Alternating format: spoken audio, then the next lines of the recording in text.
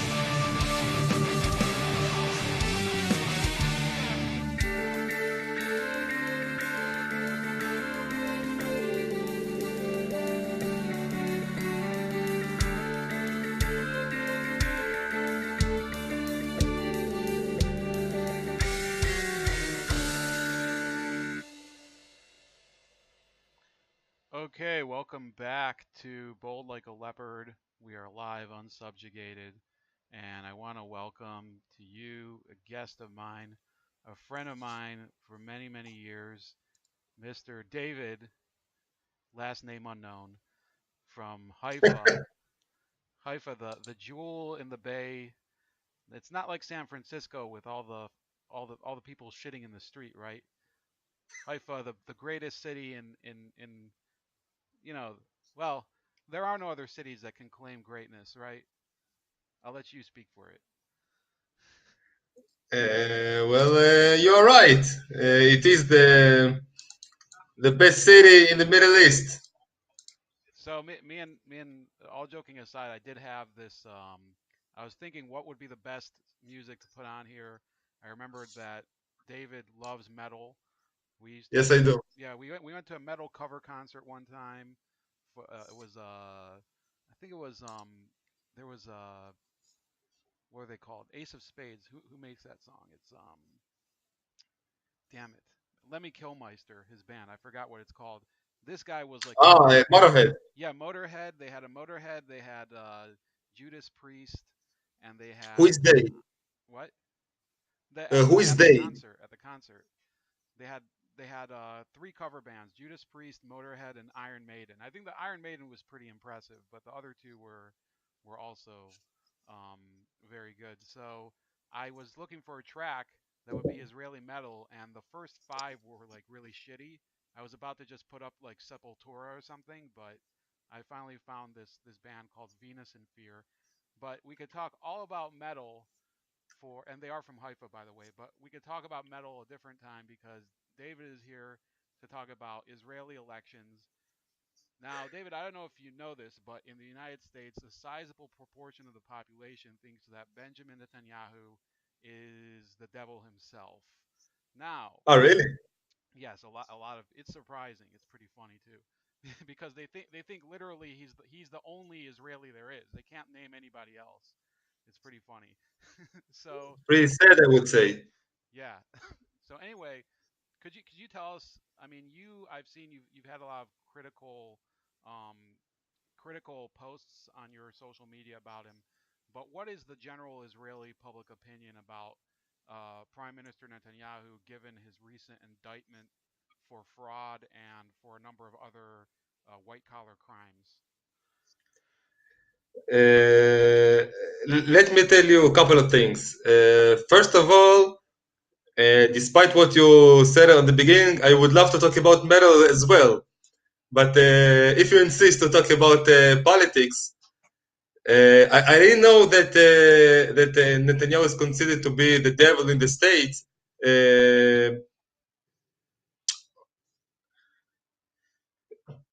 In Israel, there is how would I say in English? There is a big argument about him. There are many who love him, many who hate him. What was your last question? So what's the opinion over there? Like, do people consider him after he was basically indicted a couple like last week for fraud and for accepting illegal gifts? Do you think that Yes, changes people's opinion of him, or have people been expecting this? it doesn't change anyone's opinion whatsoever because sadly, everybody's opinion is ready in advance, and no event changes one's opinion. Those who hate him, for them, it's another proof that, like you said, he's the devil. And those who love him and admire him and all this shit, for them, it's another proof that everybody rodef, Yeah, they're pursuing him, persecuting him. prosecuting exactly. The media prosecutes him, and the court prosecutes him, and the police and everybody, and he's the poor victim. And for them, it's of course another proof of that. The opinion is ready in advance. It doesn't matter what happens. Everybody has an opinion in advance. It's very sad. All right, I'm seeing people are saying that my volume is low, but there's not much I can do about that. So I'll just try to talk louder. So David, so you yourself, you've been active in politics before. I don't know if you still are, but can you describe to us? I mean, I knew you about 15 years ago. Is it no, 12 years ago maybe, but um, the thing is, so you yourself have been active in the past. Can you describe your political evolution? what parties have you supported in the past, and what have you arrived to this day, and kind of take us through what each party has been over there, like what their philosophy is.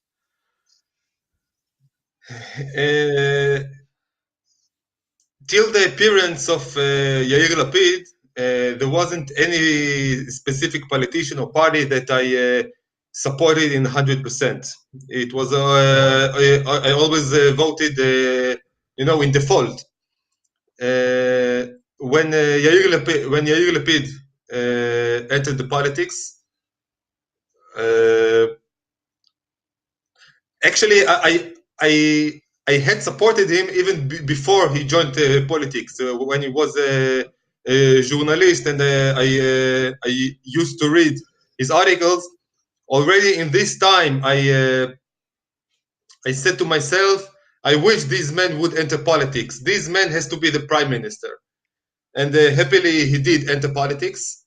And in the two last elections, I voted for him with 100% inner. I was 100% convinced that this is the right choice. Unfortunately, now he he chose to erase himself, or to erase his party, his identity, and to be swollen into the party of Gantz. For me, it's a huge disappointment. And now it's again the first time since he joined politics that I'm not sure that I will vote for him. Okay, so let me give some background for the viewers. So Yair Lapid was for many years. This was when I lived there. I left Israel in 2009, back to Ohio, and Yair Lapid was at the time pretty much the top columnist in the country in newspapers. So you could pretty much think of him as somebody who is the leading journalist of back in the day we had Anderson. No, not even Anderson Cooper. Probably somebody like Dan Rather before Dan Rather discredited himself, and or Peter Jennings was my favorite news guy when I was like 8 years old, and my mom used to put him on TV. But in any case, he comes from a family where his dad his dad's passed away, but he was a Holocaust survivor, a chess champion, and the leader of the secularist movement in Israel, where they were saying that you have to reduce the influence of religious doctrinal parties in Israeli politics. That's Yair Lapid. I'll show you the photo again of him for those of you that haven't seen him. So in this British Jewish journal, they compared him to Jeremy Paxman, who's a TV journalist over there. Now, the person that David is talking about that he merged his party with is Benny Gantz, who is the former chief of staff of the Israeli Defense Forces. And that kind of leads me to a different question, David. So you see a lot of these people who are entering politics are direct military, um, figures. There's Moshe Yaalon remains in politics. Gabi Ashkenazi. Unfortunately. Well, I don't know that much about him, so you can expand on that later. There's Gabi Ashkenazi. There's who's the other guy? I mean, there's a lot of generals that have made very big headway in Israeli politics. One of the one of the prime ministers that was around and was Netanyahu's rival was Ehud Barak, who I remember, when I was a kid, I read a lot about him and I thought he would be a great prime minister. That turned out not to be true. So, do you think that there is too big of an influence by the military in Israeli politics, and people see it as kind of a springboard to being able to get like a more powerful position in the leadership? Before I answer your question, let me correct you. You were right about the father of Lapid, Tommy Lapid, which his ideology was really, like you said, focused on anti-religion, anti-religious, and all these things. And it was actually 90% of his ideology. The ideology of Yair Lapid is very different from his father. He went in a complete different direction. He David, can you lower the microphone on your end because they're saying that yours is too loud and mine is too low. I don't know if you're able to do it. when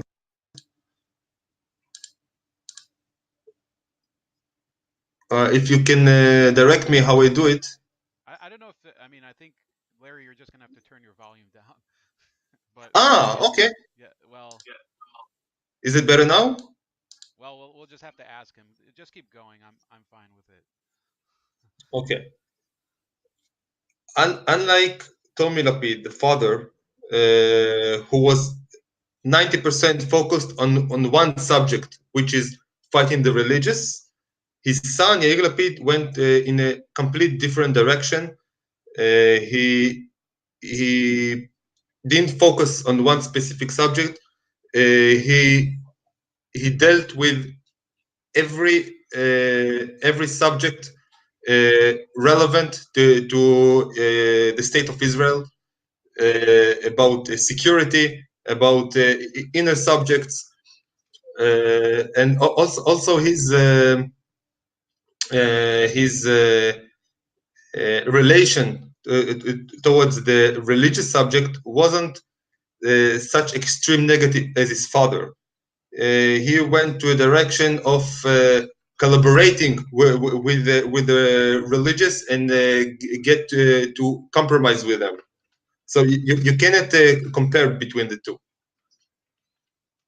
Plus, Yair Lapid, you mentioned right that the father, Tommy Lapid, was a Holocaust survivor, but despite he was a senior minister in the government of Sharon, he didn't do shit to help the Holocaust survivors in Israel, while his son did. Yair Lapid, as a minister of economy minister, he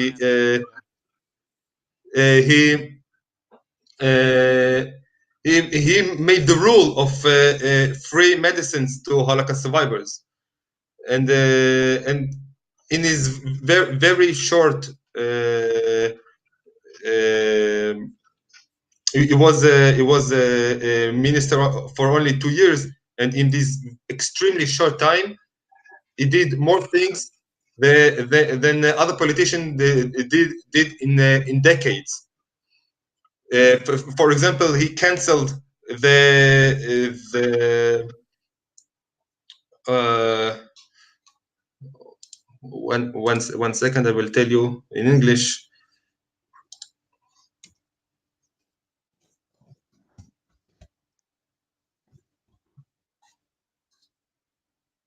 A outrageous institution of a minister without in Israel it's called a minister without a bag, a minister without a job. Portfolio, yeah. Yes, which like Lapid kept on saying, it's a person that has a salary of a minister, guards like a minister, a car, free gas, an office, a secretary. The state spends tons of money on him, but he doesn't have one thing, a job to do. Lapid canceled it. He reduced. Wait a second. He reduced the size of the government from 30 ministers to 18. He also walked in the subject of the religious. He reduced the budgets of the Haredi education. Yeah, And Orthodox education. Okay. Yeah. yes, he did many good things in very short time. Regarding the generals, unfortunately you're right. There is huge influence of generals on Israeli politics. You know, it can be understood if we still lived in the 50s. Israel is a state. You of course know it, but I'm telling for the audience. Israel is a state which rised from war on existence. So it is very understandable that at the beginning of the state, in the first years, the generals held a very big power in their hands, because it couldn't be different. The very existence of the state depended on the army. So it can be understood why they had such unproportional power and prestige and honor in the past. But things changed, and 70 years passed, but many Israelis are still stuck in the 50s.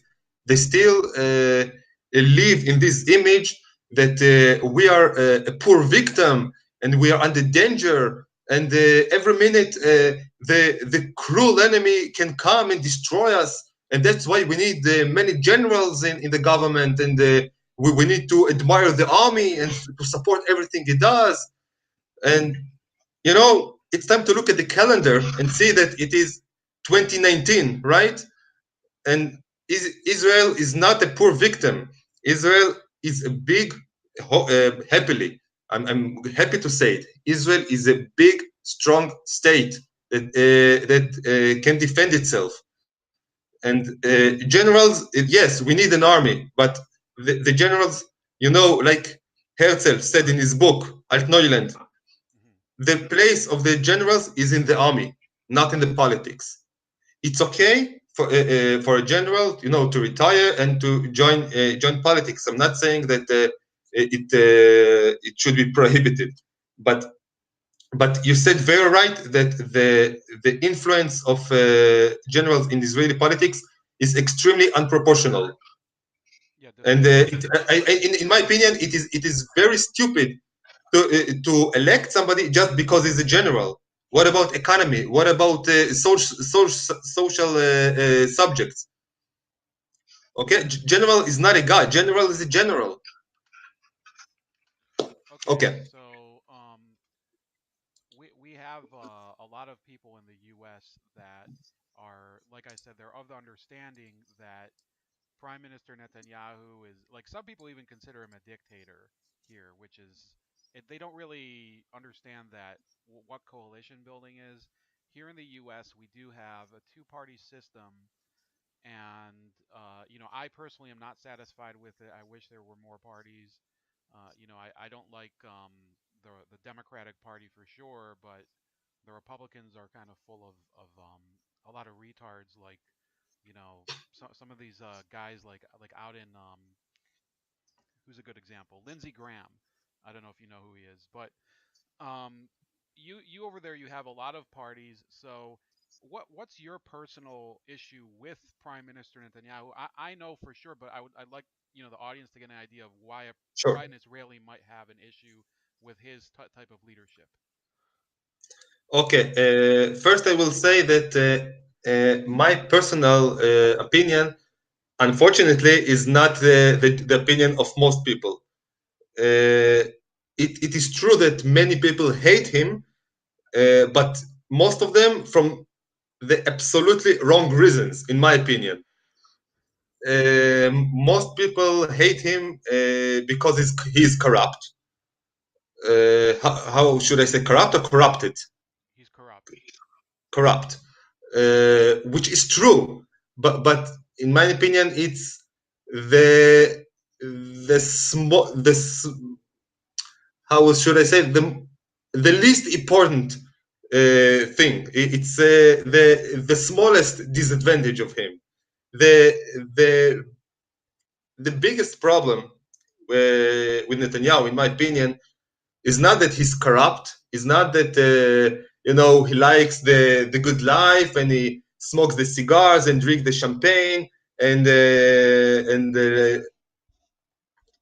steals money. And okay, it's all correct and it's all known, but it's not the main problem. The main problem is that he doesn't do his work. The main problem is that he is a shitty prime minister. The previous prime minister Olmert was also corrupt. I don't know if in the same level, more or less. It doesn't matter. He also got Piece of envelopes. shit. I remember him. I hated him. I remember his house in Jerusalem was like I had friends who lived like right who we would walk by it. One time I just yelled at him from outside the fence to go fucking get a bag of money and leave. And you know, I guess he wasn't at home at the time because nobody came out. But I just I hated as much as Netanyahu is kind of like a shady dude. I really hated Ehud Olmert because he was the prime minister when I lived there and when I was in the army. Anyway, go on. Sorry, I had to interject there. Sure, I absolutely disagree with you. What I was starting to say that unlike Bibi and Netanyahu, you know him as Netanyahu, Yes. unlike Netanyahu, Olmert, okay, he was corrupt, but he did his job. He did his work. And in my opinion, he was a good and even excellent prime minister. He fought terror. Okay. He defended Israel. He destroyed the nuclear base of Syria. Okay.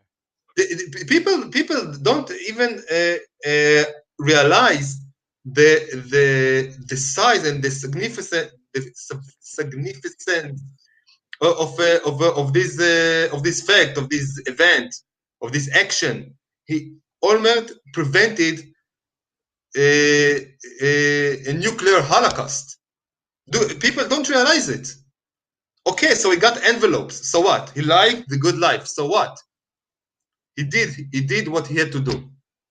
While Netanyahu just doesn't give a shit.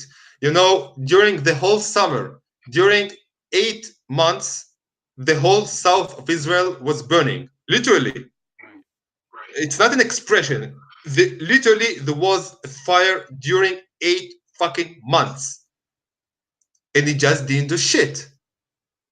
Rockets are falling. Still, in these very days, at this moment, rockets are falling on Israeli houses in the south, while the terror leaders in Gaza live safe, sleep safe in their beds. And this is one of the things that Lapid keeps on saying.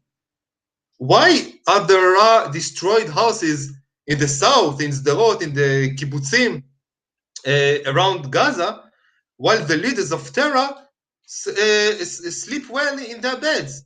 Their houses are undamaged. How can it be? Because Netanyahu doesn't give a shit. And not only doesn't he fight terror, doesn't he responds to the terror attacks, he also sends money to the terror. It is ununderstandable. What I'm saying. The only thing that stopped the fires in the south after 8 months is the rain. Do you realize it? The rain. Can you imagine, you people who are listening here? Most of you are from the States or from England. Can you imagine rockets falling on your houses and your government doesn't do shit about it? You cannot imagine such a situation. Right. You know, So there was 1 second, sorry. okay. There was an American actress, I don't remember her name, that said, can you imagine a situation in which New Jersey sends rockets on New York? On the same very day, New Jersey will be erased from Earth. Isn't it right? Uh huh. So going off on that, so of course you're talking about the security situation. I think Netanyahu, a lot of people, there's a YouTuber that I follow who I agree with probably 75% of the time, who I believe he's actually banned in Israel, but he's kind of critical of Israel, but also critical of the Arabs. Who says the real problem with Netanyahu is that he always says that I'm the only person who can defend you from Iran. I'm the only person who can, you know, keep us safe from all of these threats and whatever. And me personally, I would say, what are the if I can play, you know, devil's advocate for Netanyahu for a second. He has grown the Israeli economy and he has made it a little more self-sufficient compared to when when I lived there, it was Ariel Sharon and Olmert that were the prime ministers, and they weren't necessarily horrible for the Israeli economy, but they didn't really help to make it more self-sufficient. So do you think that there's kind of a fear among some people of, Netanyahu is the person that we know the best, so we're going to stay with him because we don't know what we're going to get with these other candidates who we'll get to. They don't necessarily have any experience running the country. Is that what might that be one of the motivating factors for people to continue voting for the Likud party? Look, what you're saying. 1 second, I'm checking the English. Brainwashing. Okay, you are citing brainwashing. The massive, intensive brainwashing war machine of Likud and of Netanyahu. You know, this is ridiculous because Netanyahu is the worst prime minister, I think, in the last, at least, in the last 3 decades. Okay, the he all the time keeps on saying security, security, terror, terror. I am strong. I'm protecting Israel from terror.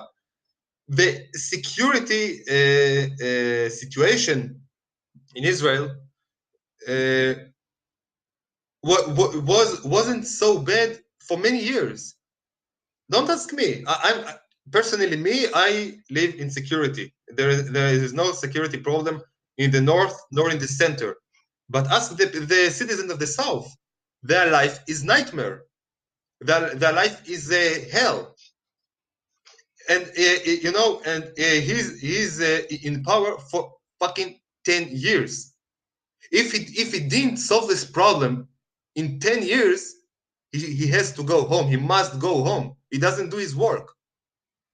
Okay, so moving on from Benjamin Netanyahu, let's speak a little bit about some of these other candidates because, of course, if we only talk about Netanyahu, he will be the focal point, just like everywhere else. I'm not saying we're like defining the conversation, but let's go through some of these parties. I don't know if we'll get to all of them. So you have the Likud party, which I'll describe briefly. The Likud party is one of the older parties in Israel. It was originally the Cherut party when Israel, Cherut meaning freedom, when Israel was founded, and in the 70s it united with a liberal party and a number of other smaller parties to form the Likud, which means consolidated unit in Israel in Hebrew. I almost said Israeli, but they've been the more mainstream right wing party since the founding of the country, but they have steadily compromised a lot of their past positions. For example, in the early, in the mid 90s, when Netanyahu was first elected, he did not rip up the Oslo Accords, and that was his main kind of position at the time when he was criticizing Prime Minister Rabin, who was murdered, and his successor Shimon Peres, who is the world's oldest dish sponge, and he's actually passed away a couple years ago. But yeah, that we'll get to their party soon. Then you have the Blue and White Coalition, which David will talk about in a second. The New Right, which I think I'm going to need some information from him on it. Israel Beteinu, which is a party mainly supported by Soviet immigrants, but also other people who are in favor of a much more hardline stance as regards to, the Palestinian relations as well as the social fabric. I think he's more of a secularist as well. Then you have the Union of Right Wing Parties, which is even further to the right, and they include the National Union and the Jewish Home, as well as the Jewish Strength Party, which is considered very far to the right. And then, should we stop here, or do you want me to keep going? Or let's have David. As you wish. You're the boss. I can expand or extend. Let's go through some of the ones we already mentioned. So Kachol Lavan, which means the blue and white party. You have personal kind of an opinion on them. Obviously, go into really the background with them. uh, First of all, you excuse me if I will go one step backwards because I must relate to it. You said very right. Netanyahu first and 20 years ago, in the mid 90s, he was first elected on the basis of uh, rejection of opposition. One second. Resistance. Oh, that's the what I was looking for. He was elected on the basis of resistance to the Oslo agreements. And he at the time he organized these huge demonstrations with the fire and flags and screamings and yellings, where people yelled that Rabin is a murderer and Rabin is a traitor and Rabin is burying the Zionism. And there was this they carried on their backs like a Coffin, grave. the What? coffin. Yeah, Coffin, yes, of the Zionism, and all these extreme noise. Why? Because of the Oslo agreements. I'm not saying now if the agreement was good or not. It's not a question. My point is, Netanyahu was elected, and what did he do? He continued the agreement. He is in power for 10 years, and he never canceled the agreement, and he still keeps on using this argument, still keeps on saying you should beware of the left because see what the left has done. That the left brought us Oslo agreement, that's why you should elect me, because the left is so dangerous that they brought us the Oslo agreement. And what did he do? The same.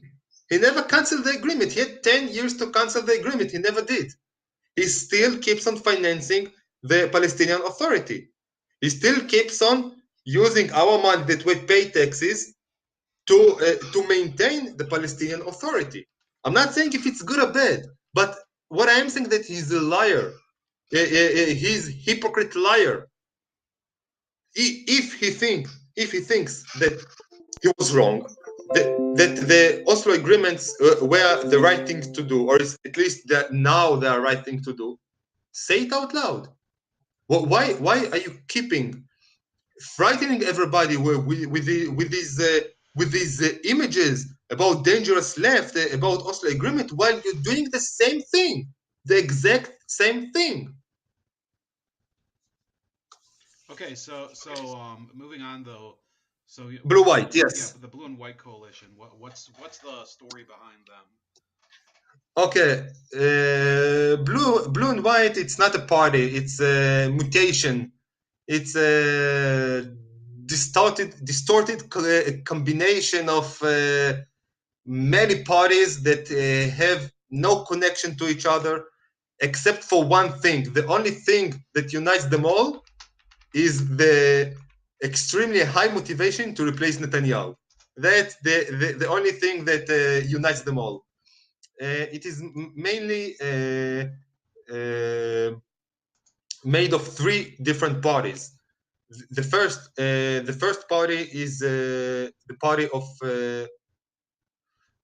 Lapid, which I mentioned before, which is a party with very clear opinions about every subject in politics, in security, in economy, and they already started to do some of their ideas. They started to implement some of the ideas when Lapid was Minister of Economy in the previous government. So they proved who they are. Okay, you can disagree with them. You can say that they are wrong, but what you cannot say is that they don't have their own their own way, because they do. And they've been active in the area for 7 years, and the leader Lapid is is traveling in the whole country, in the north, in the south, in the cities, in the kibbutzim. He meets people and answers every question. And you also can enter the internet and read about the opinions in every subject, because it is all written and published. Okay, they're not hiding anything. You know what you are voting for. Okay. The two other members that the two other members of the Blue and White are very new parties that were established only now. You may say that only now, after there was a decision that it is going to be elections soon. You mentioned Benny Gantz. He was the commander of Israeli army just a couple of months ago, or maybe a year ago. And according to my understanding, he has no opinions about anything. At least he's not saying anything. Nobody knows what he thinks about security, about economy, about social issues. Everybody supports him just because, like you said yourself, he's a general, and general is sexy. That's the whole story. And the third member is Boogie, which is a general as well. He was he was Minister of Security in the government of Bibi. Right. That's A very bad one, if Moshe you ask me. Ya'alon. Moshe Ya'alon, Boogie is his nickname. For those of you that don't know, was Yes, defense minister. I think about 6 or 7 years ago, under Benjamin I think Netanyahu. much less. Oh, more recent. Okay. Yeah. The bottom line that he was a senior minister in Netanyahu's government, not for a day, not for two, but for a couple of years. So how can you say that if you don't want Netanyahu, vote for Boogie? It's the same thing. It's the same material. Okay. So He was fired because he had a fight with Netanyahu, a disagreement about something. But the bottom line that he was a partner in this failure government of failures. Okay, he's a loser, just like Netanyahu. He didn't do shit for security, just like Netanyahu. Together, they failed fighting terror. They failed defending the South. Okay, Okay, so so let's move from we'll get back to both of these okay, parties when we get into kind of predictions and like the way you think things are going to go. But let's get through so that this the new right party, this Naftali Bennett is some. I'm going to have to talk louder because Larry keeps saying that the volume is low. But Naftali Bennett is pretty well known in the U.S. and also on a number of channels because he's one of the most fluent English speakers in Israeli politics, and he's also a very right wing politician. Then you have Lieberman. Do you have anything to say about Avigdor Lieberman, David? sure. You know, perhaps maybe many people may disagree with me, but maybe I will surprise you too. But I see much similarity between Lieberman and Bennett, despite the difference of the style. Lieberman speaks very roughly. He built himself the image of the tough guy. He never smiles. He always so serious. While Bennett is much nicer and more charming and smiles and never says anything bad about anybody. But it's just image for the press. The bottom line, they're the same. They are both clowns. They're both losers. They are both. They both have no opinions. They are puppies of Netanyahu. although they tell about themselves that they are so right, I mean right wing, and that they if you vote for them, they will fight terror. You know, they use the same terminology of Netanyahu.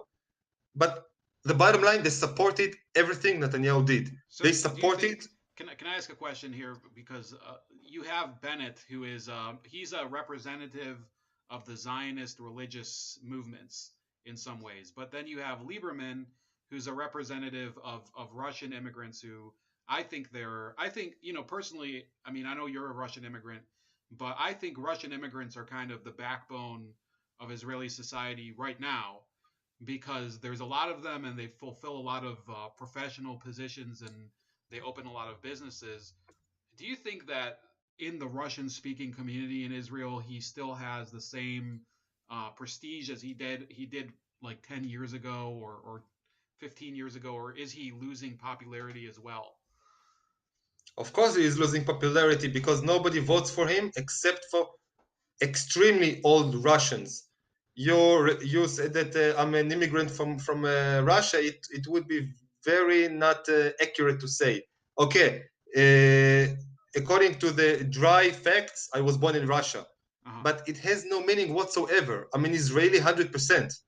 Okay, and Lieberman doesn't represent me. It doesn't represent anybody.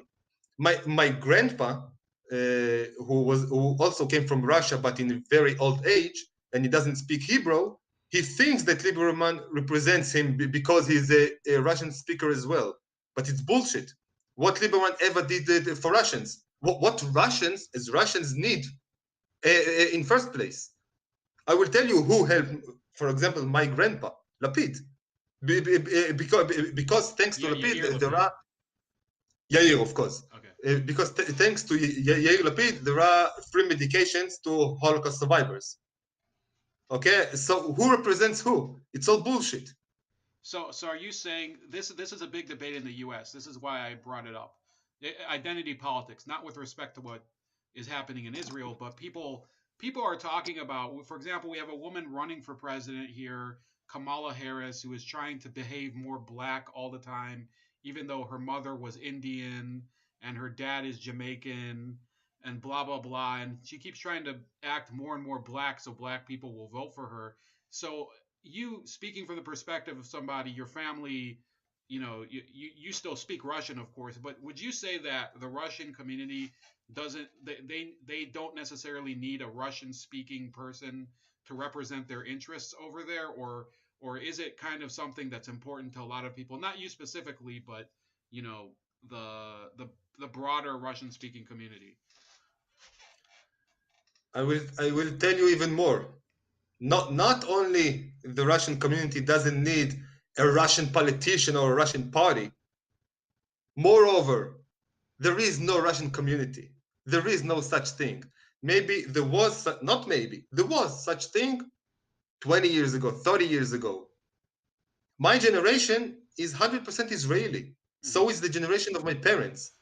The only people who are still Russians in their identity are old people, the generation of my grandparents who don't speak Hebrew. So they still see themselves as Russians. Be, uh, it just because of the language gap, you know. Right, barrier. Yeah. But but that's the whole thing. The,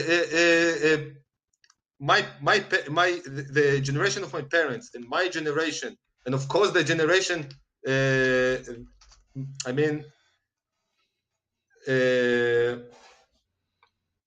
children of my generation. I mean, the next generation. They're 100% Israelis, and uh, most of the so-called Russians marry non-Russians. Right, And yeah. it doesn't have any significant or any weight at all. Right. So I was just asking because I remember when I was in the army there, I remember that the worst racism I saw was not against. I mean, there was racism against Ethiopians, against some other minorities, Arabs. Let's include Arabs, but the worst incident of racism, and I saw it more than once. But the worst of all was when I was on a bus with a lot of policemen and soldiers there, and I was in uniform too. And this guy got up and yelled at this Russian woman to shut up and called her a Russian whore and to get the fuck out of there and whatever. And nobody stood up to. And there's a lot of cops there, and I was like, what? Nobody's gonna arrest this guy for harassing this woman on because all she was doing was speaking Russian. So I could only assume that maybe it got better or people have adapted or something, but I thought it was like bizarre because I grew up even here in Ohio. We have a lot of Russians, and generally it was never really a big issue for me. But I guess we can move on to some of these other parties. I think that was kind of a distraction. Unless you have anything to add. Sure. It's first time that I hear about this event that you witnessed. It is extremely rare. Such things can happen everywhere. It is extremely rare, and you know what? And let's even say that such things happen from time to time. What's the connection to a Russian politician or Russian party? What Lieberman can do against it? Right. In this situation that you described, it was failure of the cops that were there and didn't do their job. What's the connection to Lieberman or to any politician? It's bullshit. Right. So I think we're kind of on the same page here as far as identity politics. Then there's the Union of Right Wing Parties, which is these are a little more religious. You have the Jewish Strength Party, which is part of their coalition. So that they are. What would you say about them? Do you think they have much of a impact in this election going forward, or they seem kind of like a new thing to analyze personally? What do you say? I don't see any drama in it. In these days it is very popular in Israel to declare that you are right wing. If you are right wing, then you are patriotic, and it is a very popular word, but it is an empty word that says nothing. Netanyahu is right wing, and he has released thousands of terrorists. So who is the betrayer here? Who is the traitor? It's all bullshit. It's all just titles for the newspaper. It means nothing. There is nothing behind it. Okay, so let's move on to the other parties that are not right wing. You have the Labor Party, which I'll go into some background about them. They were the original ruling party in Israel from 1948 to 77. And that was really a different time in terms of the culture and I guess the dynamics of Israeli politics, because you had real titans of history there, such as Ben Gurion and Golda Meir and a lot of the other well-known figures. Rabin was a member of the party, but after 1977, they steadily began to lose support because first of all, they are they are kind of rooted back in the day. They were rooted in the kibbutz movement. They were rooted in socialist tradition, and that's really kind of evaporated because since 77 and with increasing stages happening afterward, more and more Israelis are moving towards a liberal economy, classical liberal economy where you do have private enterprise. There's more of a market orientation.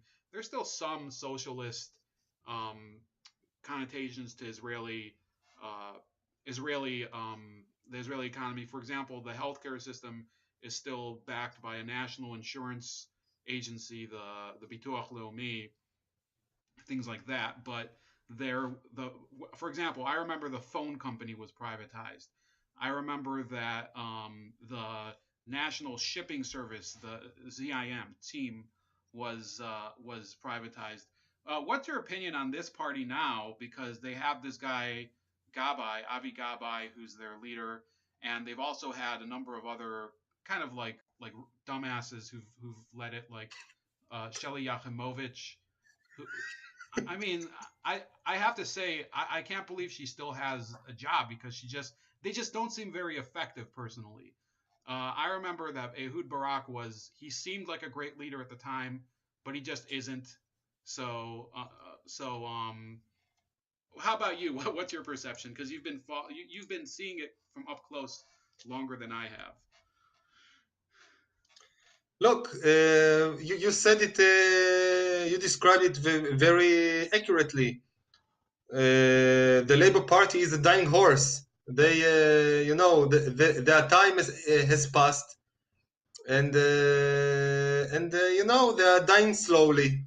Not they. It is the party is dying slowly because it has nothing to offer to the Israeli society. They have no new vision. All the opinions, all the ideas are dead. Nobody believes in it. Not even they. I mean, ask them what they want. They don't know. It's Yeah, I think it's a shadow of what used to be in the past. right. And do you think that they even have like an economic vision that's different from the Likud or the other parties anymore? Or is it just a charade? I don't think that they have economical vision whatsoever, and Likud for sure that doesn't have any economical vision. One moment, let me tell you. Platform.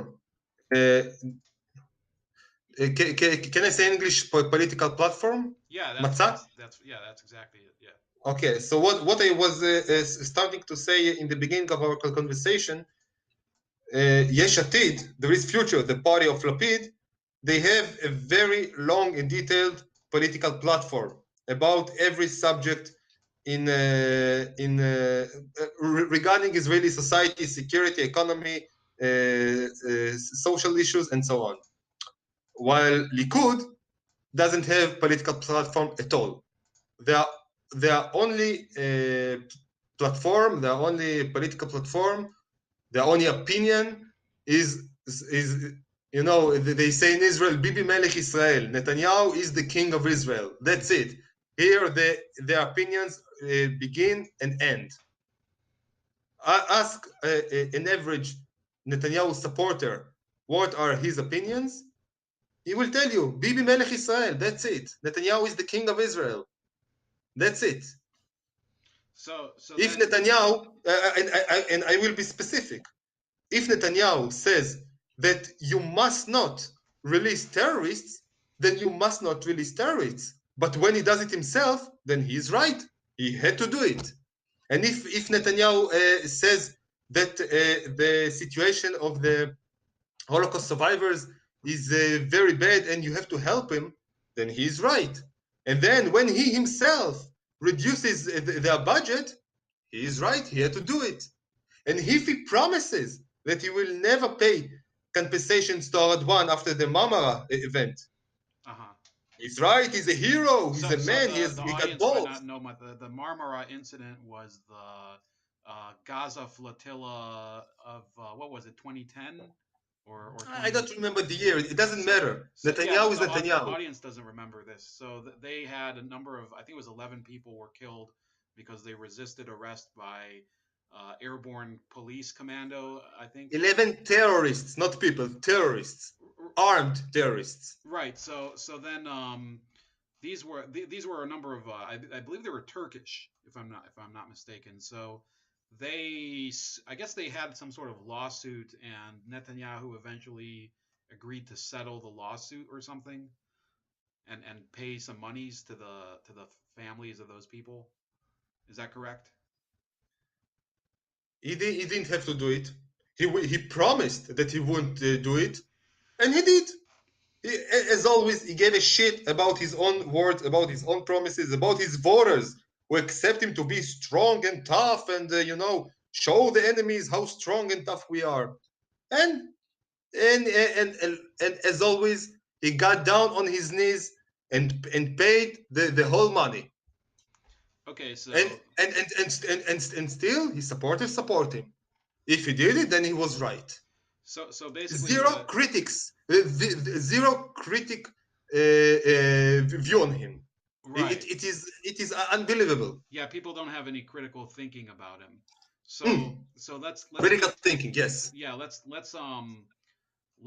move on. So you have some of these other parties. I don't think we'll get to all of them, but you have the as you wish. yeah, we have the Merits Party, which Yeah, fuck those guys. But they always are. I mean, they always seem to me just to be like the gay party or something, exactly. because they are. and their slogan here, which is in Hebrew, is left. It's clear that it's merits, and they're kind of more of the clear socialist party. They have a kind of the same type of viewpoint as maybe a Bernie Sanders here in the USA. And could you let? I mean, what's the newest stuff on this party? If there's anything new to talk about, or do you think it's really just the same type of stuff that they've already been? They're more of the they're always for more negotiations with the Palestinians, more for giving in to more of the demands as far as territories and things like that. But is there anything I left out there? No, we didn't leave anything. Merits, they insist on being a caricature of the left wing. They, according to my understanding, they don't have any concrete opinions about security. They have no solutions. The only thing that they are very certain about is that they love gays, and they keep on saying it and repeating it all the time. We love gays, and they participate in all the pride parades with the flags, the colorful flags, and all that shit. And come on, we need a state to run. The South is burning, and you are talking about pride parades. Pathetic party. So let me just say this. This reminds me what you just so we had on during the Brazilian election season. I have a Brazilian friend and viewer named Revan Starkiller, and he was also saying the left over there, they're obsessed with gays. And this friend of mine looks exactly like you except a little darker, and he's a metal fan. And he was talking about it's the same exact thing. It's like around the world, it's like people are realizing that these left wing parties, when they don't really have any new ground to break, they just go fucking gay. It's like unbelievable. So yeah, I mean, I guess we covered them. You know, Yeah. they can't say that we ignored them. So then you have the Kahlon party, Kulanu, which if I remember, they say that they're right wing, but with a more generous social platform. Is that correct?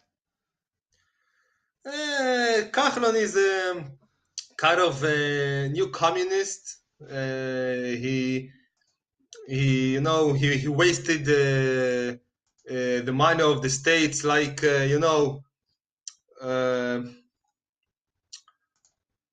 he gave candies to everybody who pushed strong enough.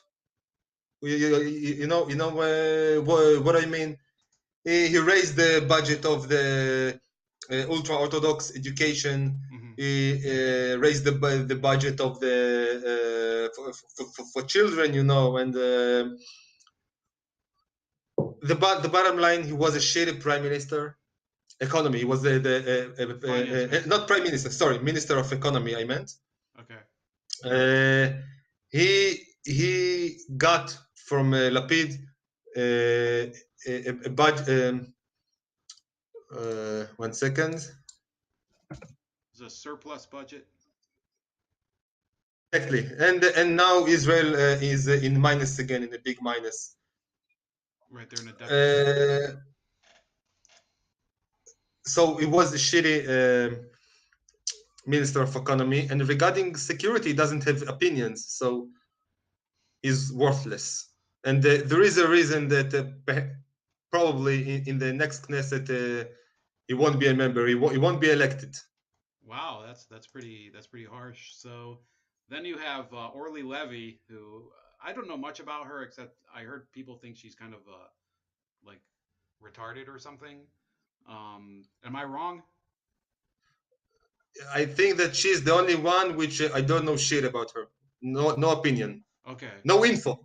Yeah, I heard she just. I mean, her dad was the minister of David literally Levy. yeah, everything like back in the day. My dad, who's Israeli, used to tell a lot of, I don't know why what the jokes were, but I think there's like a joke that he couldn't speak English, so this joke is gonna suck for those of you that are only English speakers, but there was he greeted the prime minister of Japan when he came for a visit because he was foreign minister, and the Japanese prime minister asked him in perfect English what his sons are doing in the military, and he said, I have one in the river and I have one in the washer, because one of them went to the Nahal unit, which means river, and the other one is the Magav unit. So yeah, it's a stupid. I mean, if you're not, if you don't get the reference, it doesn't even. It's a stupid joke. So sorry. That was. It is. Do you remember this joke, David, or is this? I never heard about it, but it's not very important, I guess. Well, we're getting to your favorite parties, the Yahadut Torah, the United Torah Judaism Party, and Shas, which is also a very religious party. Uh, do you think you want to talk about this a little, or is it kind of a waste of time? We'll make it short. The only parties who are really loyal to their voters, you know exactly what you are voting for. Mhm. They are the only parties who never lie. They promise money for their community, for their education system, for their children, and they get it. They always do, except for two exceptions. The two only governments which they didn't take part in are the two governments in which Lapid did take part: Right. the father and the son. Yeah. So I have to make a confession. When I lived there, I did vote for the Shas party, and now that I think about it, I probably just shouldn't have voted because they don't have much that's really. I mean, I don't. I'm not against religious education, but since moving back, like I'd say in 2008 when I started to listen to Ron Paul, who I don't know if David knows who he is, but he No. kind of believes that the state should be as uninvolved in education as possible, and people should just kind of try to fund it as best as they can, and then you won't have to worry about the government telling you what to do. So I kind of see that the Shas party is, and the other one, the UTJ, they don't necessarily have anything that, I mean, they all the time they just ask for money, and then they complain when people tell them what to do and serve in the army, and it's like, you know what, that's not really a vision for anybody. It's just a way to get money, which is, it's a pretty reasonable goal. I mean, it's setting the bar very low, but I think I was wrong for voting for them. You know, I don't know if that means anything to anyone. But and I can't vote anymore, so it doesn't matter. Um, Why? you have to be a resident. You can't vote from abroad. You have to have a Right, permanent. right, right. Yeah. So, and I don't know if I would vote because these parties all seem kind of like stupid.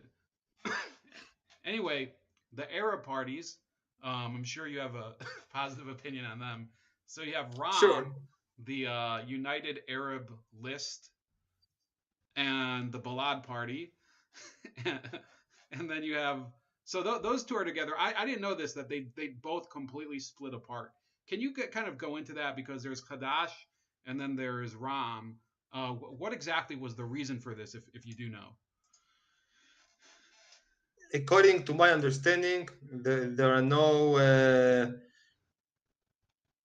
no big differences between them. Maybe they disagree about their own inner issues. You know, some are more religious, some are less religious. It doesn't matter. The bottom line, they all support terror. So the question is, why are they in the parliament in first place? They should be in the Palestinian parliament, not here. Okay, so this let's segue that into the next topic.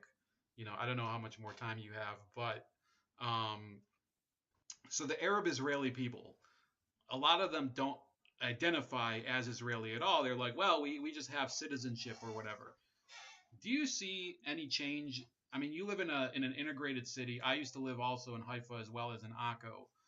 But what exactly is the mood right now? Are some more of the Arabs trying to become more participatory in Israeli society, or is it moving in the opposite direction and they're trying to become closer to the Palestinian side?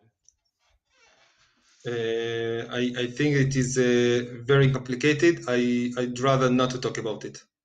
Okay, so that's a fair answer. So what I would say is this. We think of the U.S. We have the melting pot here because so many people come here. We had, for example, millions of Irish people moved here, and then there were, of course, the American Indians that stayed that were conquered here in the U.S. Now, the Israeli Arabs are they're in a situation that's very it is complicated, like David said. That you'd have to look at the entire region.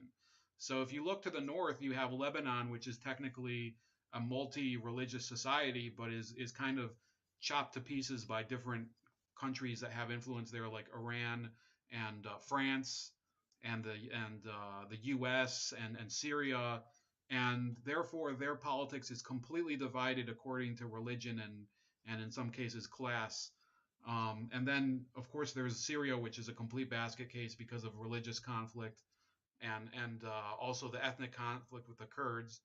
And then you have Jordan, which is very similar in population, and therefore, David, do you think that some of the Arabs are looking at the going-ons in Syria and other countries where there was the ISIS threat and seeing a little more of a positive role in Israeli society where there's a little less violence, or has that not affected anything? Are you talking about Israeli Arabs? Yes. As I said, I'd rather not to talk about them. Okay. So, Exhausted Under the Sun is asking David Gavarish Peruski. So I think you can you can answer that yourself. What else? So we're having a lot of debate here in the U.S. over American foreign aid to Israel in the form of military disbursements, and usually that type of money is recycled into the U.S. defense economy through contracts with with companies here like Lockheed Martin and Northrop and Caterpillar or whatever. I've had this opinion for a while, and I don't think I've talked to David about this, but I don't think that Israel necessarily needs to use this foreign aid anymore, and it's kind of become a friction point here in the U.S. But what's excuse me, what's your opinion on that? Do you think that that type of relationship is going to continue in the future, and are you in favor of it? Wow. Of course, yeah, I'm in favor. As an Israeli, I want Israel to be as strong as possible, and I think that we as Israelis, we have to be very happy about the fact that the strongest state on earth and the strongest democracy on earth. It's not China is strong as well, but we would better rely on the states than on China. Mm-hmm. It's not only money and business. It's also about values. We believe more or less in the same things, in democracy, in freedom. So I think that this relationship, this bond is important. And I also want to add that the states doesn't maybe. One second. Maybe in contrast, what the media presents, the states support not only Israel, they support many different powers in the world, including the Palestinian Authority, including Gaza, including Hamas, including many states and countries and organizations around the world. This is the United States. It's not a regular country. They run the world. They have arms everywhere. I don't think that helping Israel is unique, and it doesn't have to be regarded as unique. Right, and I think we're like I'm in a difficult position here in the states because I would say that there's a general turn in terms of public opinion where the younger people, because of the university education, are more and more hostile to the U.S. relationship with Israel, and the pro-Israel people can't adapt to that. They're still stuck in the mentality of everything's going to stay the same, and all we have to do is lobby to Congress and whatever. But you know, we have, for example, a lot of Jewish institutions here, Jewish institutions, have no problem with the boycott, divestment, and sanctions movement, which I don't know if you guys talk about it over there very much, but that's a movement to completely economically isolate the Israeli government and the state, obviously. Um, and in my opinion, they are, I believe in freedom of speech. I believe everybody in the U.S., if you're on a campus, you should be allowed to promote even things that I don't like. The BDS movement I think is wrong, but um, in terms of their message, they are able to kind of grab onto the young mindset because a lot of people see in the Palestinian people the underdog, the people who are oppressed by the foreign colonialist, which would be the Israelis like you or I. And personally, would you say that this type of attitude is eroding the relationship between Israel and the U.S.? Would you say that there's you would you say you fear the future because of this youthful opposition to the relationship, or is it not that big of a topic over there? Let's put the facts in the right proportion. Israel, as I said, the state support not only Israel, they support some of the most terrible Islamic dictatorships in the world, including Saudi Arabia, including Pakistan. They also support Egypt, which is a much better regime than Saudi Arabia and Pakistan, but still it's not a democracy, should I put it in this way. They also have a relationship with Turkey, with China, with Russia. So I have a question Yeah. for BDS. Feel free. Yeah. Do they also support a boycott on Russia, China, Turkey, Iran, Egypt, Saudi Arabia, Pakistan, or are human rights interesting for them only when it comes to Palestinians and only to Israel? By the way, there are also Palestinians, millions of Palestinians, suffering a terrible apartheid regime in Jordan, in Lebanon, in Syria. They were massacred by the regime, by the Syrian army. 6,000 Palestinians were murdered by the Syrian army in one day. Is the BDS interested about it? Or as long as no Israel in the picture, it's not interesting? Right. So That's my answer. I've seen these people. There's a big debate on this among people who care. Now, a lot of Americans don't care at all. A lot of Americans don't think that the Middle East is like a lot of people think that the Middle East has too much of a place in in American politics because the Republican Party is very pro-Israel, and you have a segment of the Democratic Party that's becoming bigger, that's very anti-Israel. So the rationale that they like to say is that the U.S. is aggravating its relationship with the Islamic world by supporting the occupation, as they call it, the kibush of the occupied territories. However, like you said, for example, okay, just to be clear, um, Israel and the U.S. are Cold War allies, so that alliance has survived the Cold War.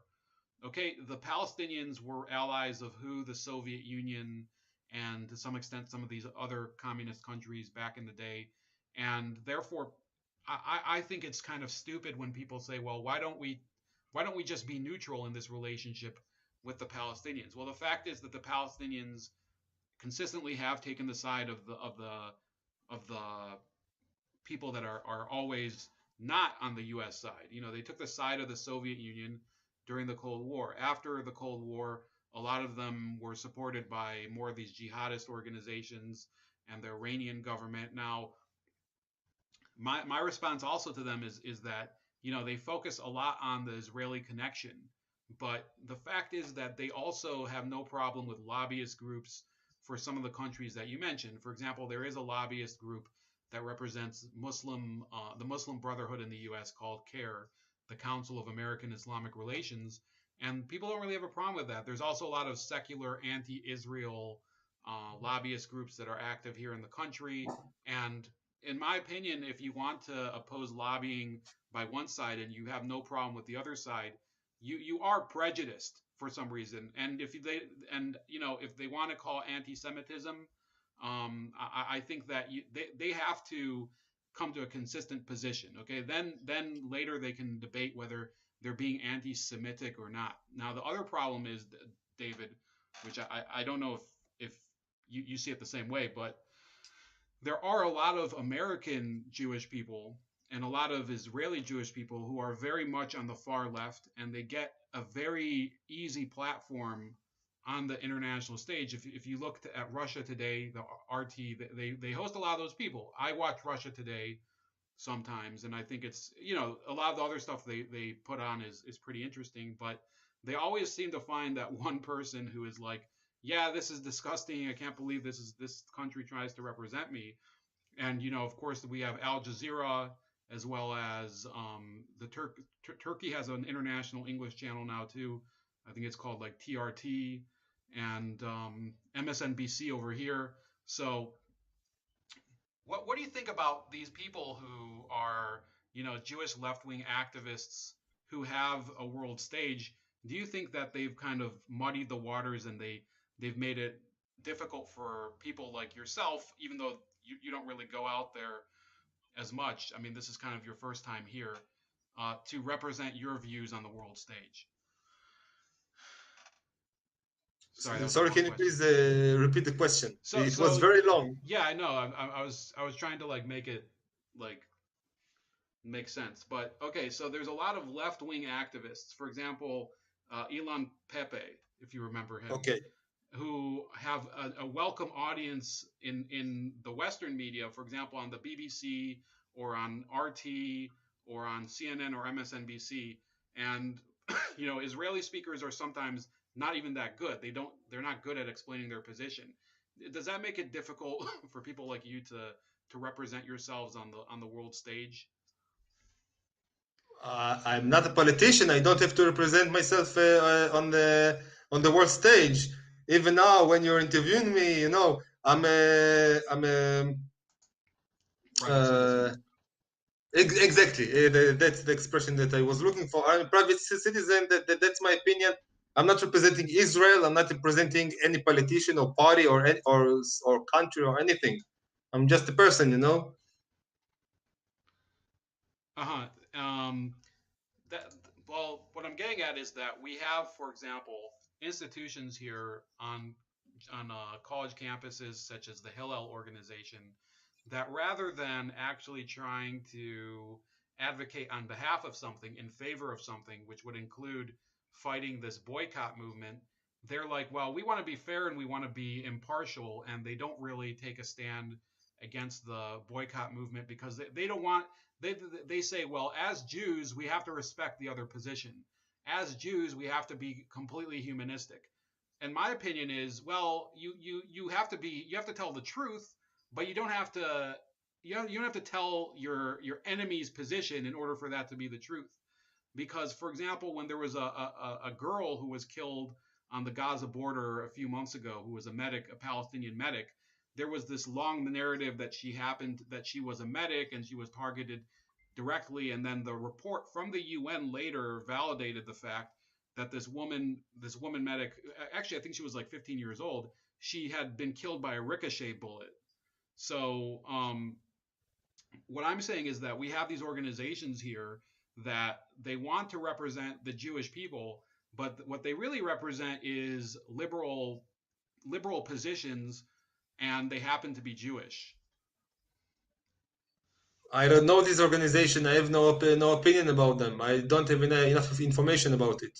Right, and that's where I think there is a disconnect. I mean, I'm not speaking only about you, David, but the fact is that um, we're seeing kind of a dangerous situation where the American Jewish community is being consistently represented by people who are pro-choice, pro-abortion. They're increasingly pro-Palestinian. They're increasingly anti-gun. I actually have my gun right here, but there's I just keep it here because I don't have a safe. But they're very, very, very connected to liberal policies, and then they complain all the time that there's no Jewish unity.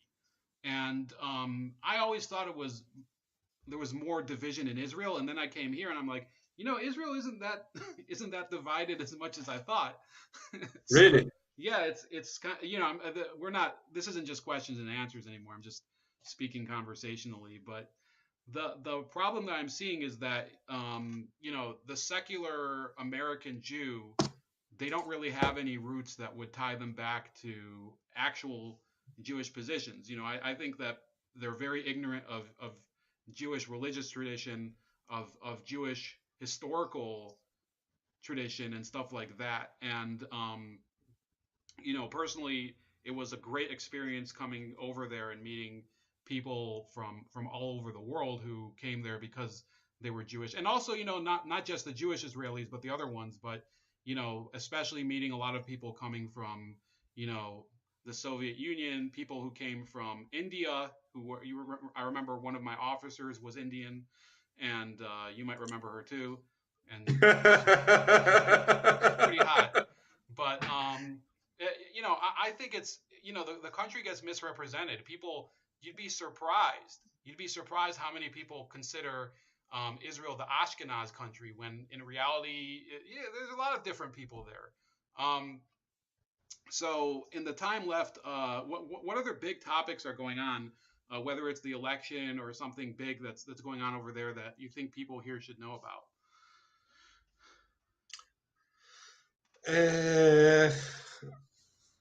Unfortunately, I guess that the elections are the title number one in these days. Of course, there are many problems. The main problem is as I mentioned at the beginning of our conversation, is the firing on the south. Mm-hmm. It is very hard life there. But despite all the bad things that we talked today, it is important for me to clarify for the viewers. In general, life in Israel is good. It's much better than you think. It's much better than the media shows you. I remember when I was traveling in Ireland, and one local man asked me where I'm from, and I told him I'm from Israel. And he said, "How can you live there?" And I said, well, "Why not?" He said, everybody shoots each other in the streets in Israel. I told him, who told you this nonsense? The media. This is nonsense. As you see here, I sit in my apartment. Nobody shoots me. My life is good. I got a dog. I travel. I listen to music. I work. I fuck. I eat. I drink. I do everything that you guys do in the States, Mm-hmm. Again, except for the South. The South is a different story, but most of Israel, the vast majority of Israel, the life is good. The direction, I must admit, the direction is bad. Netanyahu is leading Israel to a disastrous direction. if he stays in power, sooner or later the economy will collapse. Well, we did go into that. Do you think that this indictment, the attorney general, could he legally be removed from office, or do you think it's not going to go anywhere? In my opinion, if Netanyahu will in the end will be kicked out of his office because of these legal issues, it will be big shame. Because you know it doesn't have to go home because of the cigars and the champagne and the envelopes. He has to go home because he's a shitty prime minister and he doesn't do his job. Right. But I will come back to what I was starting to say, that this, although the direction nowadays is bad, the situation is still good. Still, in the meanwhile, you know, the Zionists, the people who built the state 70 years ago, they did pretty good job. And I guess Netanyahu will need more time to destroy everything they built. Let's hope that in April Netanyahu will be out of his office, hopefully in prison, and Israel will be back on the right way, on the right path. You know, in your Trump says make America great again. Uh-huh. I wish Israel will be great again after Netanyahu will go home. Right. And Larry was asking if we were in the same unit or whatever. I guess yeah, I met Dave. Yeah, me and David met in the army back in the early 2000s. So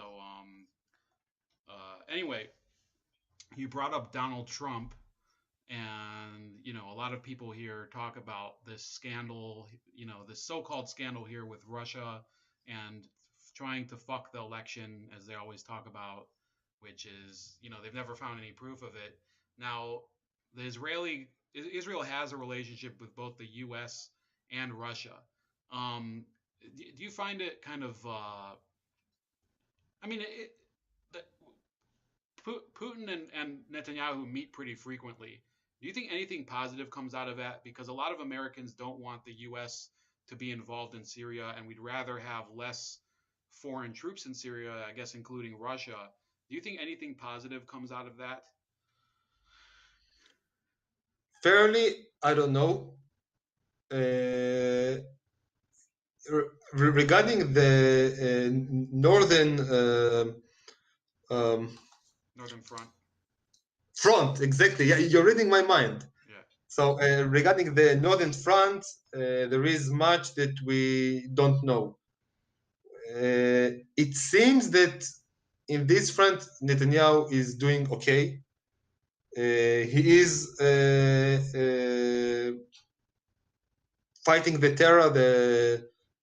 In the north, it's more Shiite terror, the Hezbollah and the arms of Iran, Yes. Iran. In the meanwhile, this front is quiet. Let's hope it will stay like this. Okay, so what else was I gonna ask? I think that's about it. So It was pretty long. Yeah, man. And we can keep talking offline, but I think we've kind of. I doubt that anybody will watch the whole half an hour. Oh, we've had some of these guys were here from the beginning. So, Really? Yeah, absolutely. I mean, some of these guys are they've been watching this channel for a while. Larry especially, Arjun, who's from Calcutta, and I don't know where Metadata Man is. I think he's just a secret agent. Exhausted Under the Sun, thank you for tuning in as well. The reminder, you guys can donate to me on Streamlabs, Bold Like a Leopard. I think it still works even though I don't use the Streamlabs OBS. So David, I know is there anything you'd like to promote as far as a website or anything that before we leave? I want to thank you for giving me the stage. And I want to tell the people that watch the whole half an hour that you are real heroes. Well, it's been what is it? It's over an hour and a half now. So Yeah, it is. yeah. So anyway, And yeah. also good job for listening to my terrible accent for half an hour. Hey, I mean, we have Big people. heroes. We've had people here on from Zimbabwe, Ah, okay. from from Venezuela. Most of them are pretty good at English because they've been living here. We've had people on from India. We've had people on from all kinds of places. So So you my know, accent is bearable. well, I don't think people necessarily care because. Okay. But anyway, yeah, you're welcome back anytime. Stay online. I'm going to end the stream. But yeah, this Thank was you very much. David. This was David from Haifa, Israel. And this was Bold Like a Leopard. Thanks for joining. Please like us on this. Please like the stream, first of all. Subscribe if you're not subscribed yet. Also, share the stream and subscribe to me on BitChute because YouTube is really screwing me all the time. Have a great night.